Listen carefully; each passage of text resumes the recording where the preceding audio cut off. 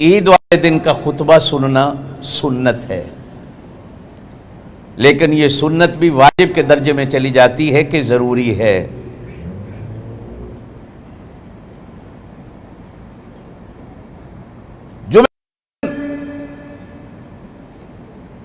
کوئی 14 رکعت پڑھتا ہے، کوئی 12 رکعت پڑھتا ہے، کوئی 2 جمعے کی رکعت پڑھنے سے پہلے 4 پڑھ لیتا ہے، کوئی بعد میں 2 پڑھ لیتا ہے، کوئی وہ بھی نہیں پڑھتا، جمعے کی 2 رکعتیں پڑھتا ہے، چلا جاتا ہے۔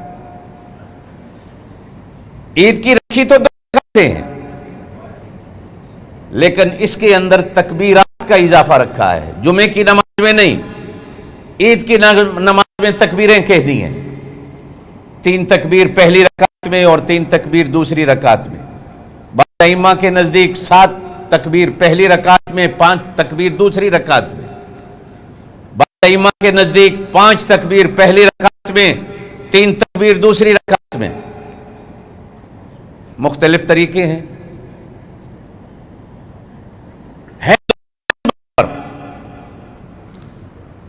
اگر عید جمعہ دینا تو مسلمان کے لیے خوشی کا دن ہو جاتا ہے، 2 عیدیں اکٹھی ہو جاتی ہیں، اور اگر جمعے کے علاوہ کسی اور دن مسلمان کے لیے عید ہو جائے تو بھی عید کا دن ہے۔ اس عید کی نماز میں ایک اور اضافی چیز رکھی گئی کہ جس کو صدقہ فطر کہا جاتا ہے۔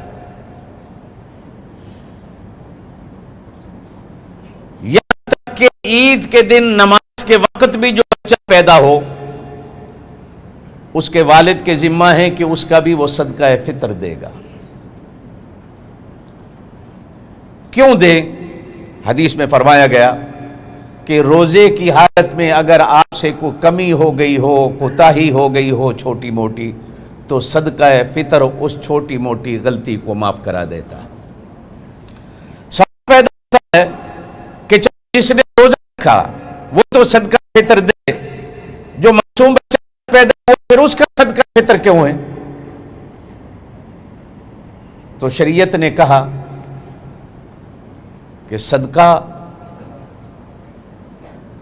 بچے پر آنے والی بلاؤں کو ٹال دیتا،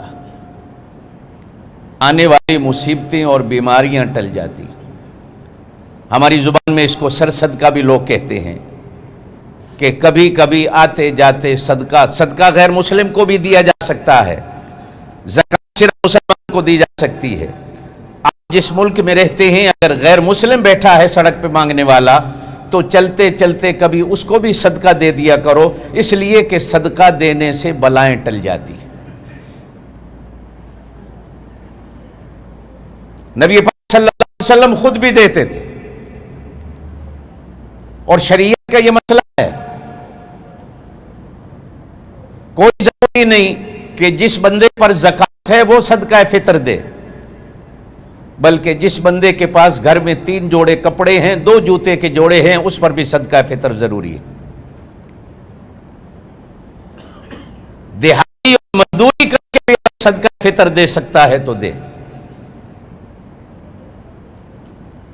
حضرت علی کرم اللہ وجہہ نے ایک بار ایک یہودی کے کھجوروں کے باغ میں پانی دیا، مزدوری کی، 8 کلو یا 3 پاؤ کھجور بدلے میں ملی، تو حضرت علی کرم اللہ وجہہ نے وہ 3 پاؤ کھجوریں بھی صدقہ کر دی، اتنی محنت اور مزدوری کے بعد بھی۔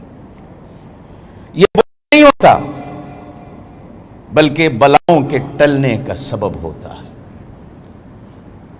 رمضان المبارک میں کہیں کوتاہی، غلطی، سستی ہو گئی ہو تو صدقہ فطر سے اللہ پاک روزوں کی اس کوتاہی اور سستی کو معاف کر دیتے۔